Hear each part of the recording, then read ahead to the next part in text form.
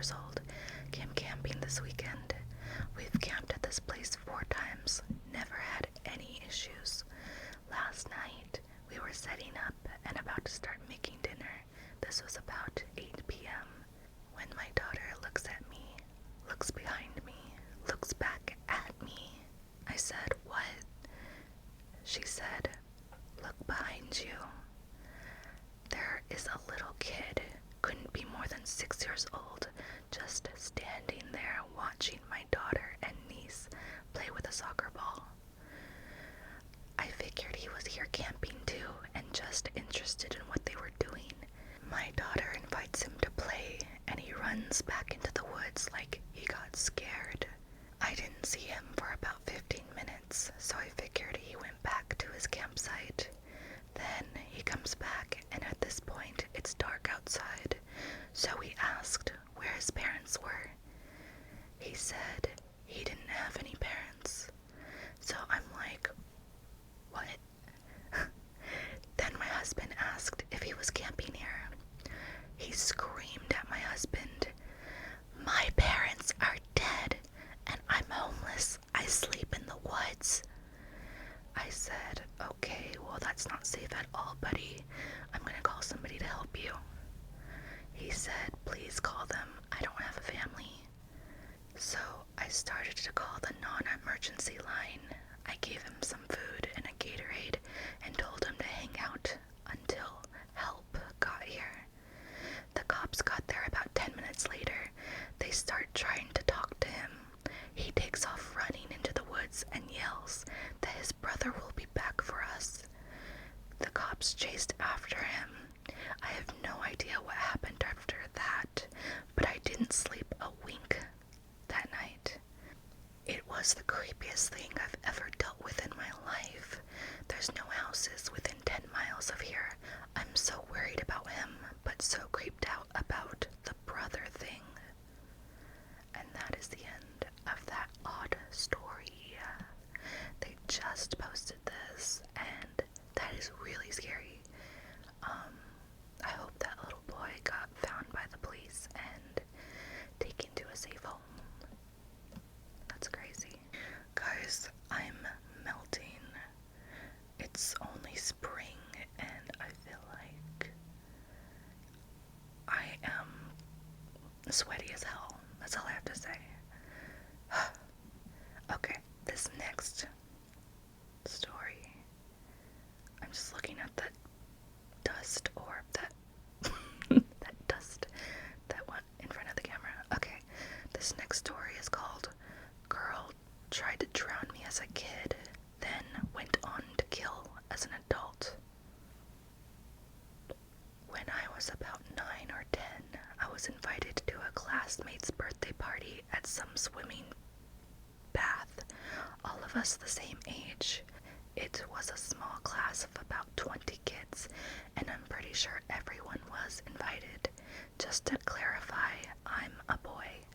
Anyway, I kind of got separated from everyone, and it was just me and this girl alone. I wasn't particularly close friends with her, but I did know her as she was in my class. To describe the location, we were in a tunnel that connected the wave pool to a lazy river. There wasn't really anybody else there, just me and her, when suddenly she lunged at me without warning. She grabbed my head and held it underwater. I was a pretty skinny kid, and she was bigger than me and a bit of a tomboy. About 20 seconds went by as I furiously tried to free myself, but she wasn't letting go. Fight or flight and mass panic took over, and I eventually fought my way free. I was coughing and spluttering water as I emerged. I remember looking at her and just being in shock.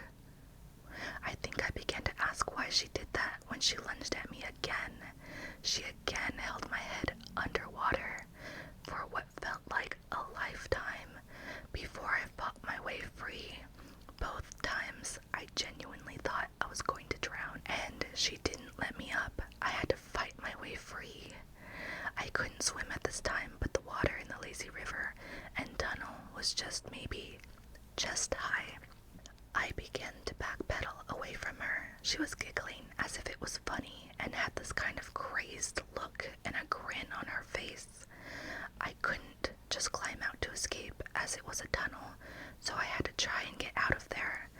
As I was backpedaling, she was following me, and I made sure to keep distance so she couldn't lunge again, but she was gaining on me. That's so scary.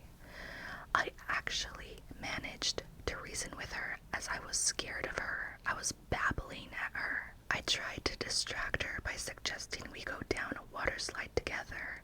It worked as I could see her thinking about it, and she stopped chasing me. I managed to exit the tunnel and water, and she slowly followed me, but seemed a bit unsure. I immediately felt more safe as I was out of the water and could see other people about as we headed towards the slides.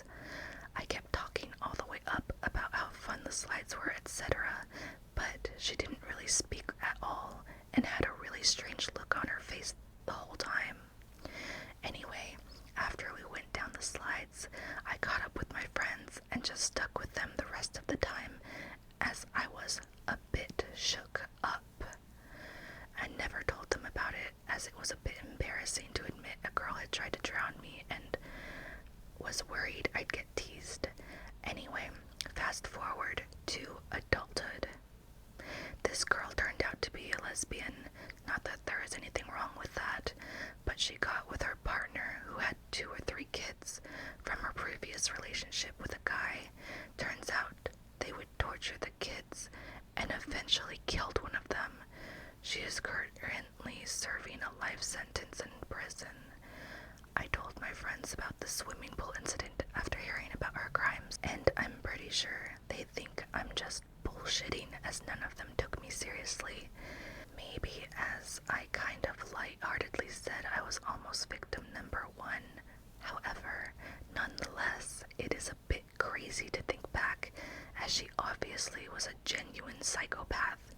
And if I'd never fought her off me to escape and then convinced her to go down that slide, I genuinely believe she could have killed me. That's crazy. That is so crazy. Holy shit. I actually have had something similar to this happen to me, but it was when I was a kid at my grandma's house. It was me and my cousin, who I think he was I can't remember I think he's a little bit younger than me, so I must have been like 8 or 7 and he was around 6. And anyway, we were in my grandma's pool and he decided to jump on top of me, get out of the pool and jump on top of me, and we were in the deep end, and I remember he was drowning me, and my vision started to go white, start flashing white, and I don't know how long I was underwater, but he eventually got off of me. I almost passed out. That's how long I was underwater. Anyway, that same day, I witnessed something very disturbing that I don't even know I should repeat on my channel, because it's my cousin. But he was, I will say this, he grew up in a really fucked up household, and he was a fucked up kid, and what I saw him do next, I can't even, yeah, people are fucking crazy. Yeah, I don't talk to him to this day, and I don't ever plan to, so, yeah. But I guess I won't tell you what I saw because it's gross. Alright, on to the next story. This next story is called My Dead Dad Possibly Saved My Life. I've been way too shaken up to share this story with anyone I know. I can't even make sense of it. My father died when I was 4 years old. He died begging for my safety and my life. He was very protective of me.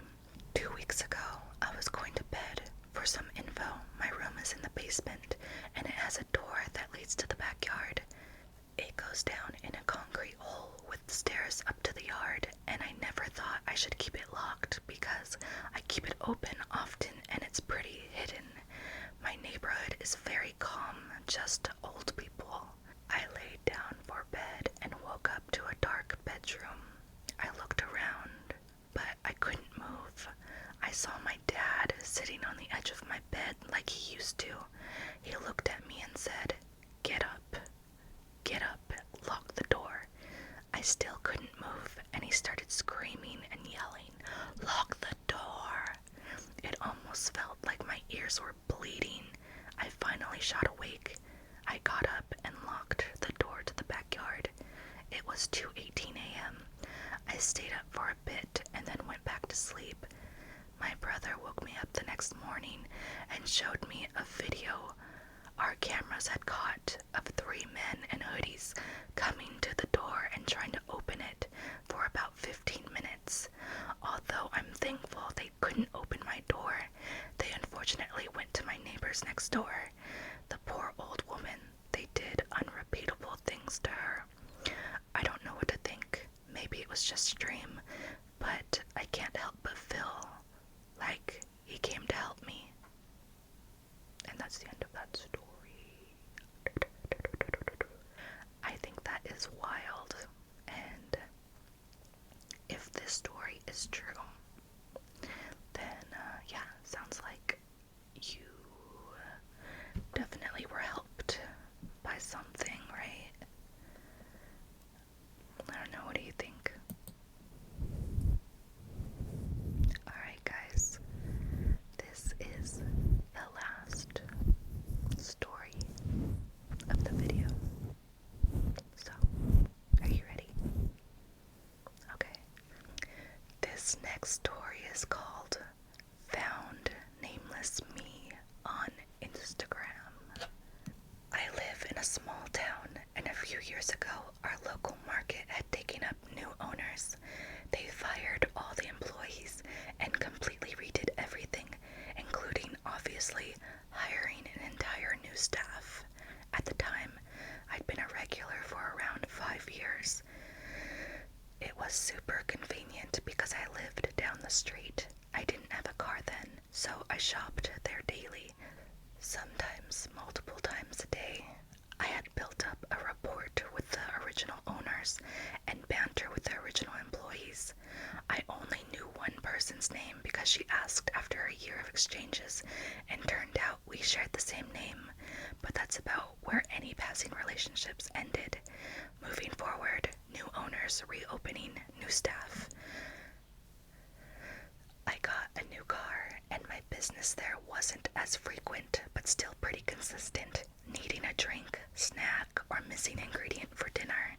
I am a relatively friendly person, but also super anxious, especially with men I don't know. So when the new staff came in, I would wait in line, smile, say hi, pay, thank you, and dip. They were all friendly, but one cashier was a little too comfortable. He would lean over the counter. When I said I didn't need a bag, he would put my stuff in one anyway and touch my hand casually. When handing it over, it made me feel super awkward and off. Ugh. I feel like I've experienced that. Also, I did a local yoga class, and after class, me and the other women would go get drinks at the market and walk around to catch up. The creepy cashier would always make weird conversation about our class. I stopped going to that store for a little bit. Then my car decided to stop working, and I had no choice but to start frequenting the market again. The creepy cashier was excited to see me and asked where I'd been. I don't remember what I said, but I kept it casual. Over the weeks, he'd creep on me. He never asked me my name, but had asked if I was married. He saw my ring. He also asked a million times if I had an Instagram or Facebook. I glazed over the Instagram question by saying I haven't had Facebook since high school, which is sort of true, and bypassing lying about not having an Instagram. It usually worked and ended our conversation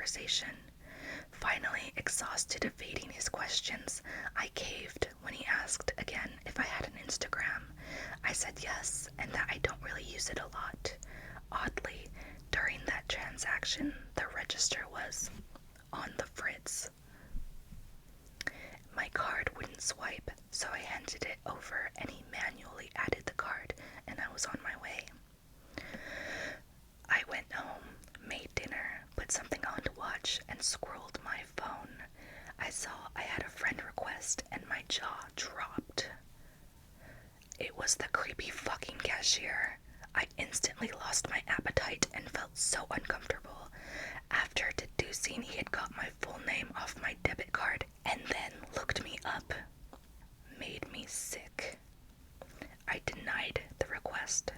Several hours later, another request, along with a message, "What you up to?" I denied the request and ignored the message.